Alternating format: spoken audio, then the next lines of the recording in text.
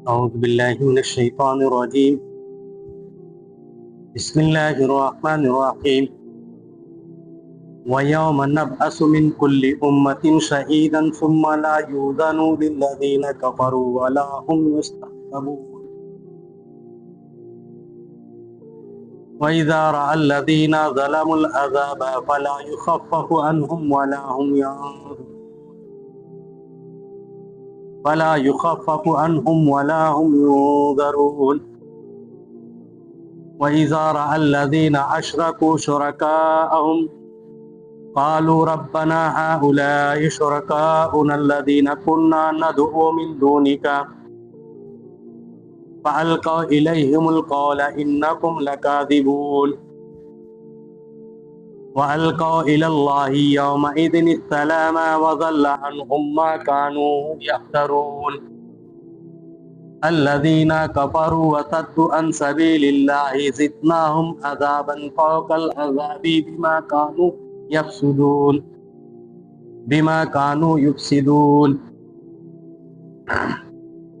ويوم نبعث في كل أمة شهيدا عليهم من أنفسهم وجئنا بك شهيدا على هؤلاء ونزلنا عليك الكتاب بيانا لكل شيء وهدى ورحمة وبشرى للمسلمين. صدق اللہ العظیم. پناہ چاہتا ہوں اللہ کی شیطانی مردود سے. شروع کرتا ہوں اللہ کے نام سے جو بڑا مہربان نہایت رحم کرنے والا ہے. یہ 14 پارے کی 18ویں رکوع ہے. سورہ نحل کی 12ویں رکوع ہے. سورہ نحل کی 6 آیتیں میں نے آپ کے سامنے تلاوت کی. ان آیتوں میں اللہ تبارک و تعالی نے انسان کے اعمال کا تذکرہ، آخرت میں اس کے عمل کا بدلہ، اور جو ہم شرک و کفر کرتے ہیں، جن کی عبادتیں کرتے ہیں، ان کے بے بس ہونے کا اللہ تعالیٰ نے تذکرہ بیان فرمایا ہے. اور اللہ تبارک و تعالیٰ نے اپنے نبی جناب محمد رسول اللہ صلی اللہ علیہ وسلم کو قیامت کے دن حق شفاعت کا تذکرہ ان آیتوں میں اللہ نے بیان فرمایا ہے. اوپر کی آیتوں میں اللہ تبارک و تعالیٰ نے ہمارے لیے رہنے، کھانے، کپڑے لتے، کاروبار، تجارت، معیشت اور دیگر تمام چیزوں کا اللہ نے تذکرہ بیان فرمایا تھا. اور اللہ تبارک و تعالیٰ نے کہہ دیا تھا کہ اے نبی فَإِن تَوَلَّوْا، اگر یہ پھر جاتے ہیں، فَإِنَّمَا عَلَيْكَ الْبَلَاغُ الْمُبِينُ، تمہارا کام صرف پہنچا دینا ہے. تمہارا کام میری آیتوں کو، میرے احکام کو پہنچانا ہے. اور اللہ جانتا ہے جو اللہ کی نعمتوں کی شکر گزاری کرتے ہیں، جو اللہ کی نافرمانی کرتے ہیں، اللہ ان کو جانتا ہے. اب ان آیتوں میں اللہ تبارک و تعالیٰ بیان فرماتے ہیں وَيَوْمَ نَبْعَثُ مِن كُلِّ أُمَّةٍ شَهِيدًا، جب ہم ہر امتی کے لیے ایک گواہ لائیں گے، یعنی اس میں ہر نبی کو گواہ بنا کر کے کہیں گے، اور اس وقت ان کے گواہوں کا تذکرہ جب ہوگا تو اللہ بیان فرماتا ہے ثم لا یؤذن للذین کفروا، ان کو کوئی موقع نہیں دیا جائے گا، کوئی مہلت نہیں دی جائے گی جن لوگوں نے کفر کیا. ولا ہم یستعتبون، نہ ان کی توبہ قبول کی جائے گی، اس لیے کہ وہ دارالجزا ہے، دارالعمل یہ دنیا ہے. یہ دنیا میں انسان کو جو کرنا ہے اس کو اس کا صلہ اور بدلہ آخرت میں ملے گا. اس لیے اللہ تبارک و تعالیٰ نے ان آیتوں میں بیان فرمایا کہ ہر امت کے لیے ہم گواہ لائیں گے. اور ان گواہوں کے تذکرے میں اللہ نے بیان فرمایا ہر نبی کو پیش کیا جائے گا. ہر نبی یہ بات کہے گی کہ ہم نے آپ کا پیغام اپنی امت تک کے پہنچایا، اور ہر امت اپنے نبی کا انکار کرے گی اور یہ کہے گی لا بشیرا ولا نذیرا، نہ ہمارے پاس کوئی خوشخبری سنانے والا آیا، نہ ہمارے پاس کوئی ڈرانے والا آیا.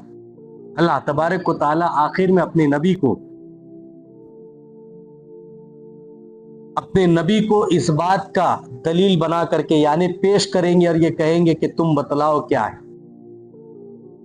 اللہ تبارک و تعالیٰ ارشاد فرماتا ہے وَإِذَا رَأَى الَّذِينَ ظَلَمُوا الْعَذَابَ، اور وہ لوگ جن لوگوں نے ظلم کیا تھا دیکھیں گے کہ ان کا عذاب نہ کم ہو رہا ہے نہ اس میں کوئی تخفیف دی جا رہی ہے، مسلسل عذاب ان کو دیا جا رہا ہے، اور اس عذاب کی بنیاد پر وہ یہ کہیں گے کہ ہم کو کوئی موقع مل جائے، ہم کو کوئی ڈھیل مل جائے، لیکن ایسا کچھ ہونے والا نہیں ہے۔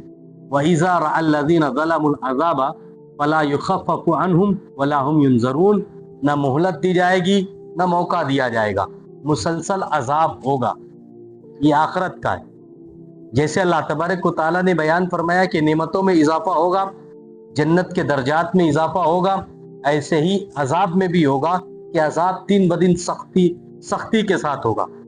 آپ نے واقعہ معراج پر سنا ہوگا کہ اللہ کے نبی صلی اللہ علیہ وسلم نے بیان فرمایا مجھے جنت دوزخ دکھلائی گئی، اس کے عذاب بتلائے گئے کہ ایسا ہے کہ ایک فرشتہ انسان کو ایک سر پر ہتھوڑا مارتا ہے اور وہ پھٹ کے ریزہ ریزہ ہو جاتا ہے، اور فرشتے کے دوبارہ مارنے تک وہ سیدھا ہو جاتا ہے اور دوبارہ اس پر پھٹکا بیٹھتا ہے۔ اسی طریقے سے وہ جو سود خور ہے اس کو ایک مار ایسی ماری جاتی ہے کہ وہ بیچ میں نہر کے خون کے نہر میں بیچوں بیچ پہنچ جاتا ہے، بڑی مشکل سے تیر کر کے کنارے آتا ہے اور فرشتہ پھر اس کو ڈھکیل دیتا ہے۔ اسی طریقے سے ایک جبڑا چیرا جاتا ہے اور دوسری طرف کا چیرا جاتا ہے، جب دوسری طرف کا چیرا جاتا ہے تو پہلی طرف کا سیدھا ہو جاتا ہے، پھر دوسری طرف کا چیرا جاتا ہے، پہلی طرف کا سیدھا ہوتا ہے تو دوسری طرف کا چیرا جاتا ہے تو دوسری طرف کا پھٹ جاتا ہے، سیدھا ہو جاتا ہے، یعنی یہ مسلسل تواتر کے ساتھ یہ عذاب چلتا رہے گا۔ جس کو عذاب دیا گیا ہے وہ عذاب مسلسل چلتا رہے گا، یہ اللہ تبارک و تعالیٰ نے بیان فرمایا۔ اللہ بیان فرماتا ہے فَلَا يُخَفَّفُ عَنْهُمْ وَلَا هُمْ يُنظَرُونَ، وہ اس کو دیکھیں گے کہ ان کو جو عذاب دیا جا رہا ہے نہ اس میں کوئی ہلکا پن ہے نہ کوئی تخفیف ہے۔ وَإِذَا رَأَى الَّذِينَ أَشْرَكُوا شُرَكَاءَهُمْ، اور وہ لوگ جنہوں نے جب وہ لوگ دیکھیں گے اپنے شرکا کو، یعنی جن کے ساتھ انہوں نے شرک کو کیا تھا، جن کو اپنا معبود بنایا تھا اور جن کو انہوں نے یہ تسلیم کیا تھا کہ یہ ہمارے شریک ہے، ان لوگوں کے لیے اللہ تبارک و تعالیٰ بیان فرما رہے ہیں قالوا ربنا هؤلاء شرکاؤنا، یہ کہیں گے اے ہمارے رب یہ ہمارے شرکا ہیں، یعنی یہ وہ شریک ہے جس کو ہم نے آپ کا ہم پلہ قرار دیا تھا۔ الذین کنا ندعو من دونک، ان کو ہم نے آپ کے علاوہ پکارا تھا۔ فالقوا الیہم القول انکم لکاذبون، تو وہ جن کی عبادت کی جاتی تھی وہ لوگ کہیں گے کہ یہ لوگ جھوٹے ہیں۔ اب اس کے دو معنی ہیں کہ یہ لوگ جھوٹے ہیں، جن کی پرستش کرتے تھے وہ کہیں گے یہ جھوٹے ہیں۔ اب حقیقت میں یہ بات ہے کہ جس کی بھی یہ پرستش کرتے تھے انہوں نے تو نہیں کہا کہ ہماری عبادت کرو، پہاڑ، درخت، چاند، سورج، ستارے، اولیاء، جن کی لوگ پرستش کرتے انہوں نے تو نہیں کہا کہ ہم کو اللہ کے ہم پلہ قرار دو، اللہ کا شریک ٹھہرا لو، انہوں نے تو نہیں کہا۔ اسی لیے جس کی بھی یہ عبادت کرتے تھے جب اللہ تبارک و تعالیٰ سے کہیں گے تو یہ لوگ کہیں گے فَأَلْقَوْا إِلَيْهِمُ الْقَوْلَ، تو یہ لوگ کہیں گے کہ یہ لوگ انکم لکاذبون، سب کے سب جھوٹے۔ اب جن معبودوں کی اور جن اولیاء اللہ کی عبادت کرتے تھے، پوجتے تھے، پرستش کرتے تھے، وہ کہیں گے کہ الہی ہم نے تو نہیں کہا تھا ان کو۔ ہماری زبان میں ایک مثال مشہور ہے نا، چائے سے زیادہ کیتلی گرم، یعنی انہوں نے بتایا کچھ، انہوں نے کیا کچھ، یعنی اپنے ولی کے اپنی پیر کی محبت میں اتنا بڑھ گئے کہ انہوں نے ان کو خدا بنا بیٹھا، تو وہ کہیں گے کہ الہی ہم نے تو ایسا کچھ نہیں کہا تھا، ہم تو اس سے باخبر ہے اور یہ لوگ بے خبر ہے اور یہ لوگ جھوٹے ہیں، ہم نے ایسا کچھ نہیں کہا تھا۔ وَأَلْقَوْا إِلَى اللَّهِ يَوْمَئِذٍ السَّلَامَ وَضَلَّ عَنْهُمْ مَا كَانُوا يَفْتَرُونَ، اور اس دن یہ دیکھیں گے کہ جو گمراہ کر دیے گئے تھے، جو راہ سے بھٹک دیے گئے تھے، مَا كَانُوا يَفْتَرُونَ، یہ کہیں گے یہ ہمارے اوپر الزام لگا رہے ہیں، یہ خود گمراہ ہیں، ہم پر تہمت اور الزام لگا رہے ہیں، ہم نے تو کچھ نہیں کہا ان سے۔ آپ دیکھیں گے کہ قبر پرستی اسی سے آتی ہے، پیر پرستی اسی سے آتی ہے کہ انسان حد سے زیادہ آگے بڑھ جاتا ہے اور ان کا مقام مرتبہ بڑھا دیتا ہے، مقام مرتبہ بڑھا دینے سے غلو ہو جاتا ہے اور اس غلو سے کفر ہو جاتا ہے. اس لیے یہ کہیں گے کہ الہی ہم نے ایسا کچھ نہیں کہا تھا. اور اس دن تم دیکھو گے کہ ان کے چہرے اتر جائیں گے جنہوں نے حد سے زیادہ بڑھ کر کے کام کیا, افراط اور تفریط سے کام لیا. الذین کفروا صدوا عن سبیل اللہ, اور وہ لوگ جو کافر ہے جنہوں نے روکا اللہ کے راستے سے.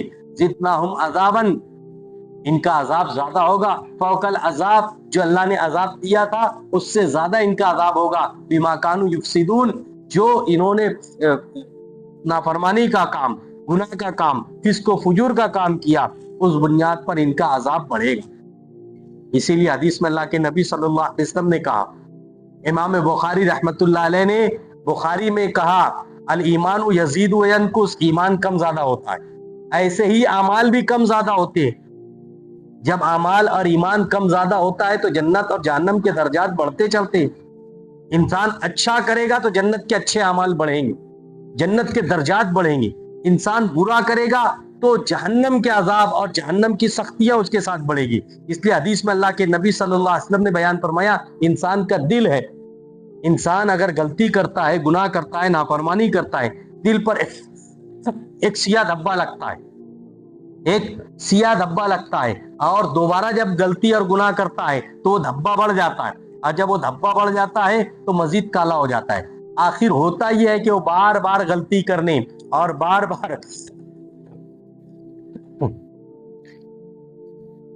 بار نافرمانی کرنے سے ہوتا ایسا ہے کہ وہ پورا کا پورا دل سیاہ ہو جاتا ہے. پھر اچھے اور برے کی تمیز اس کے اندر ختم ہو جاتی ہے. اس لیے اللہ تبارک و تعالیٰ نے جگہ بیان فرمایا, فوق عذابی بما کانوا یفسدون, جو یہ نافرمانی کرتے. اسی لیے خدا کا شکر ادا کرنا چاہیے. ایک نماز پڑھنے کے بعد دوسری نماز کی اگر ہم کو توفیق ملے تو کہنا چاہیے اللہ تیرا احسان ہے, تیرا شکر ہے. اور اگر ہم کو توفیق نہ ملے تو توبہ استغفار کرنا چاہیے کہ اللہ ناراض ہے اس لیے مجھ کو دوبارہ موقع نہیں ملا. تو ایمان میں جب اضافہ ہوتا ہے تو جنت کی طرف ہمارے درجات بڑھتے ہیں, اور جب اعمال میں کمی آتی ہے تو جہنم کی طرف ہمارے درجات بڑھتے ہیں.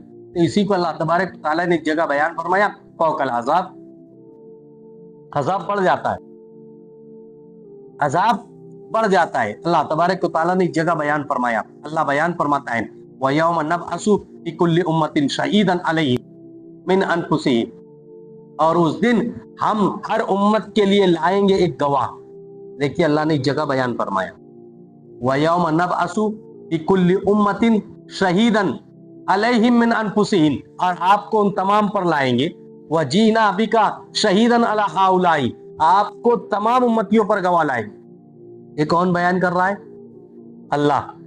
اللہ بیان فرما رہا ہے کہ ہر امت پر ایک گواہ ہوں گے, اور اے نبی آپ کو تمام امتیوں پر گواہ لائیں گے. جب ہر نبی کہیں گے کہ الہی ہم نے اپنا کام صحیح کیا, اچھی طریقے سے کیا, اپنا پیغام پہنچایا, وہ قوم کہے گی لا بشیرا ولا نذیرا, ہمارے پاس کوئی نہیں آیا, کسی نے ڈرایا نہیں, کسی نے سمجھایا نہیں, کسی نے روکا نہیں, کسی نے حکم نہیں دیا. تب انبیاء کہیں گے کہ محمد رسول اللہ صلی اللہ علیہ وسلم سے پوچھ لیجیے. تو امتی کہیں گے کہ محمد تو سب سے آخر میں آئے, وہ کیسے گواہی دیں گے؟ اللہ بیان فرماتا ہے, وَنَزَّلْنَا عَلَيْكَ الْكِتَابَ تِبْيَانًا لِكُلِّ شَيْءٍ, ہم نے آپ پر نازل کیا کتاب اور اس میں ہم نے ہر چیز کو بیان کر دیا. قرآن کریم میں اللہ تبارک و تعالیٰ نے بیان فرمایا کہ ہم آپ کو شاہد اور گواہ بنائیں گے. اللہ کے نبی صلی اللہ علیہ وسلم سے جب پوچھا جائے گا تو اللہ کے نبی کہیں کہ میری امت سے پوچھ. تو امت کہیں گے کہ تو آپ تو سب سے آخر میں امتی ہے, پھر آپ کیسے کہتے ہو میری امت سے پوچھ لو؟ اور جب امت سے پوچھا جائے گا اللہ کہے گا کہ تم بتاؤ کیا محمد نے اور تمام انبیاء نے اپنا کام کیا؟ تو ہم کہیں گے ہاں ہم اس بات پر گواہ ہیں. اللہ پوچھے گا کہ تم تو سب سے آخر میں آئے تھے, تم کیسے کہہ رہے ہو؟ تو ہم کہیں گے کہ آپ نے جو کتاب جناب محمد رسول اللہ صلی اللہ علیہ وسلم پر نازل فرمائی تھی اس میں آپ نے بیان فرمایا. جیسے اللہ بیان فرماتا ہے وَنَزَّلْنَا عَلَيْكَ الْكِتَابَ تِبْيَانًا, ہم نے کتاب نازل کی, تِبْيَانًا ہم نے اس میں بیان کیا, لِكُلِّ شَيْءٍ ہر چیز. اب ہر چیز سے کیا ہے؟ هُدًى وَرَحْمَةً وَبُشْرَى لِلْمُؤْمِنِينَ, اس میں ہدایت ہے, رحمت ہے اور خوشخبری ہے مومنین کے لیے. تمام چیزیں ہیں اس میں. ہدایت اللہ تعالیٰ کی جانب سے, یہ ہدایت ہے جو اللہ نے بیان فرمایا. ورحمتن, اللہ کی رحمت ہے, جنت اور جہنم کا تذکرہ ہے, اللہ کی نعمتوں کا تذکرہ ہے. وبشرا للمؤمنین وبشرا للمسلمین, اور خوشخبری ہے مسلمانوں کے لیے, خوشخبری ہے ایمان والوں کے لیے. اللہ تبارک و تعالیٰ نے بیان فرمایا. آگے اللہ بیان فرماتا ہے, ان اللہ یامر بالعدل والاحسان وایتاء ذی القربى وینہی عن الفحشاء والمنکر والبغی یعظکم لعلکم تذکرون. بے شک اللہ تبارک و تعالیٰ حکم دیتا ہے عدل کا, احسان کا, زکوٰۃ کے ادا کرنے کا, وایتاء ذی القربى قریبی رشتہ داریوں کے حقوق ادا کرنے کا, وینہی عن الفحشاء والمنکر اللہ منع کرتا ہے بے حیائی اور عریانیت سے, والبغی سرکشی اور نافرمانی سے, یعظکم لعلکم تذکرون تاکہ تم نصیحت حاصل کر سکو, تاکہ تم بچ سکو. اس میں 6 چیزیں بیان کی. ہر خطبہ جمعہ میں, عیدین میں یہ آیت پڑھی جاتی ہے اور اس کا حکم دیا گیا ہے. اللہ بیان فرماتا ہے ان اللہ یامر, اللہ حکم دیتا ہے, اس بات کا حکم دیتا ہے بالعدل, انصاف کا. عدل کہتے ہیں برابری کو, عدل کہتے ہیں برابری کو, کمی زیادتی نہیں. انصاف کا تقاضا یہ ہے کہ برابری کی جائے, اور بادشاہوں نے یہ کام کیا, برابری کیا, اس کا جو حق ہے وہ دیا. اور اللہ سے ڈرنے والے کبھی کسی کی طرفداری نہیں کرتے, اگر وہ اپنے کسی قریبی کے خلاف بھی ہو تو وہ اس کی پرواہ نہیں کرتے, وہ عدل سے کام لیتے ہیں. عدل کہتے ہیں انصاف کو, اور انصاف کہتے ہیں برابری کو, یعنی کسی کے ساتھ کوئی کمی زیادتی نہ ہو, یہ ہے عدل. والاحسان, احسان کیا ہے؟ زیادتی. زیادتی کا ہے میں نے کسی بگاری کو, کسی مزدور کو, کسی کاریگر کو, کسی کو اجرت پر رکھا, میں نے یہ کہا کہ صبح 9 بجے سے 6 بجے تک کے تجھ کو کام کرنا ہے. اب وہ صبح 9 بجے سے 6 بجے تک کے کام کر رہا ہے. اب انصاف عدل کا تقاضا یہ ہے کہ اس نے جو کام کیا, میں نے جو کہا کہ بھائی تجھے 700 800 1000 روپیہ تنخواہ دوں گا, تو مجھے اس کو 700 800 1000 روپیہ جو طے ہوا وہ دینا ہے. یہ ہے عدل, یہ ہے عدل. میں اس پر مزید 10 20 25 50 100 روپیہ بڑھا کر کے دے دوں, یہ ہے احسان, یہ ہے احسان. اور اس احسان کی آسان سی تفسیر میرے اور آپ کے آقا جناب محمد رسول اللہ صلی اللہ علیہ وسلم نے بیان فرمایا, کأنک تراہ, اللہ کی عبادت ایسے کرو وہ اللہ دیکھ رہا ہے. فإنہ یراک, اگر ہم یہ تصور نہیں کرتے کہ اللہ ہم کو دیکھ رہا ہے, ہم یہ تصور نہیں کرتے کہ ہم اللہ کو دیکھ رہے ہیں, تو یہ تصور کریں کہ اللہ ہم کو دیکھ رہا ہے. یہ ہے احسان.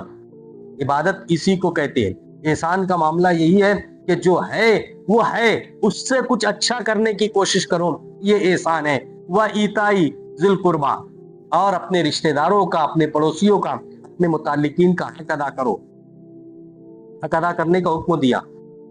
وایتاء ذی القربى, اپنے پڑوسیوں کا حق ادا کرو, اپنے رشتہ داروں کا حق ادا کرو, اپنے دوستوں کا, اپنے متعلقین کا حق ادا کرو.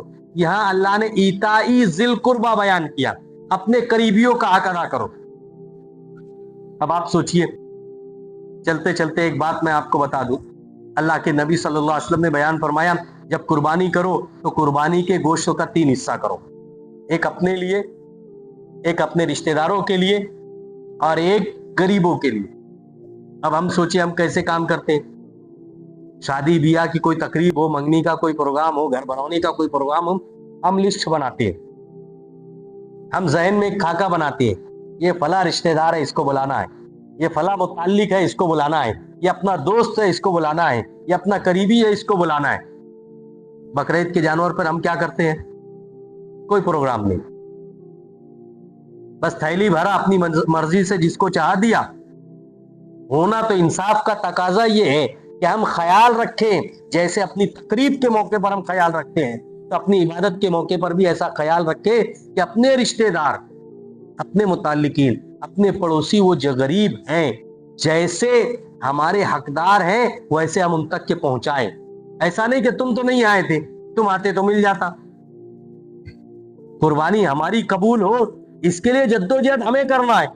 ہم نے قربانی کی تو قربانی کا گوشت تو ہماری ذمہ داری ہے پہنچانے کی. ہاں یہ ہو سکتا ہے کہ تم ان کو فون کر کے کہو کہ بھائی دیکھو آ جاؤ تو ہم دے دیں گے, بہت اچھا ہو جائے گا. یہ الگ بات ہے کہ تم نے اس کا حق ادا کیا, اب تم نے دیا ہی نہیں, اب جب بندہ آیا تو کہتے ہیں کہ سب ختم ہو گیا, اب کیا کریں. اور جو اسٹیروج رکھا ہے ہم اس میں سے نکالنے کو تیار نہیں ہے. ہمارے ساتھ تو یہ مشاہدہ ہوتے رہتا ہے, یتیم خانے میں ہمارے ساتھ یہ مشاہدہ ہوتے رہتا ہے. بقرعید کے بعد کچھ لوگ آتے ہیں, کہتے ہیں مولانا یہ گوشت تو بقرعید کا ہے, لے لو.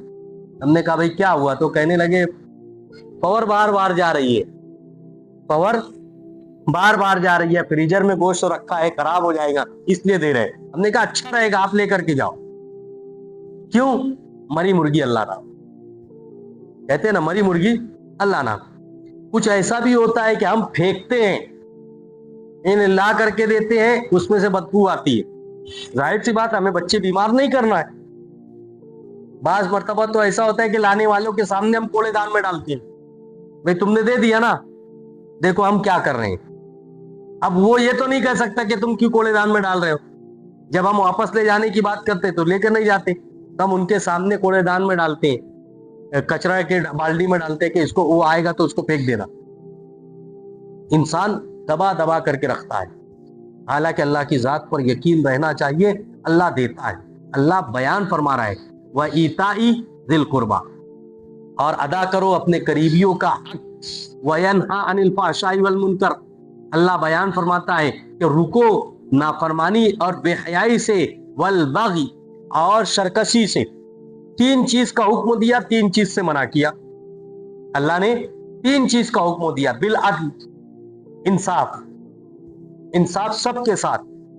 جو ماں باپ کا حق ہے وہ ماں باپ کے ساتھ, جو بیوی کا حق ہے وہ بیوی کے ساتھ, جو اولاد کا حق ہے وہ اولاد کے ساتھ, جو بھائی بہنوں کا حق ہے وہ بھائی بہنوں کے ساتھ, جو پڑوسیوں کا حق ہے وہ پڑوسیوں کے ساتھ, جو دوستوں کا حق ہے وہ دوستوں کے ساتھ. عدل, ایسا نہیں اپنا سگا خون کا رشتہ ہے, سگا ہے, ایک باپ ایک ماں کی اولاد, ایک ماں سے دودھ پیا, ایک باپ کی اولاد. انسان اس کو نہیں پوچھتا, ہر کہتا ہے عرفاتی بھائی ہے, ہر موقع پر اس کو آگے کرتا ہے. کون بنایا بھائی؟ ایک عمل نے. صرف حج میں عرفات میں مل گئے تو بھائی ہو گئے, اور یہاں حقیقی بھائی ہے. شادی میں نہیں پوچھتے, تقریب میں نہیں پوچھتے, ولیمے میں نہیں پوچھتے, اور کہتے کہ عرفاتی بھائی ہے. معاملات ایسے.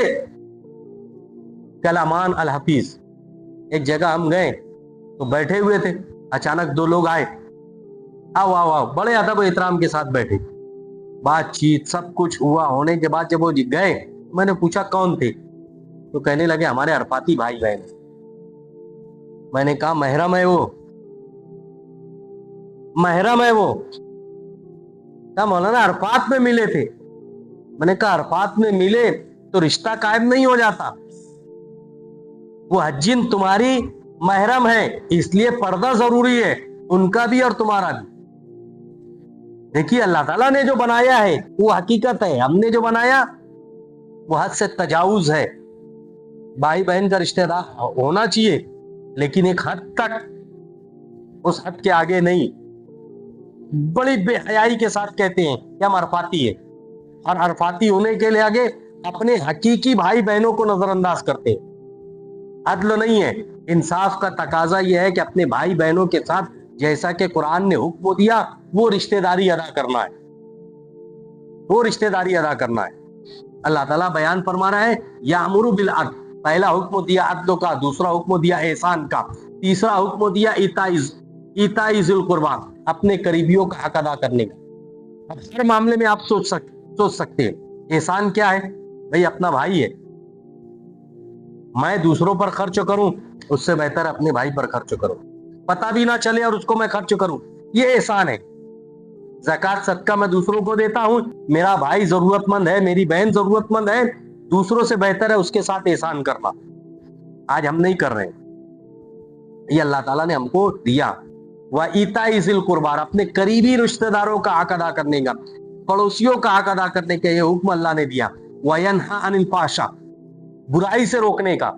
غلط جس سے بھی ہو رہا ہے, بیٹا غلط کر رہا ہے ہمارا کام ہے, بیٹی کر رہی ہے ہمارا کام ہے, بیوی کر رہی ہے ہمارا کام ہے, وہ اولاد کر رہی ہے ہمارا کام ہے, ماں باپ کر رہے ہیں ہمارا کام ہے.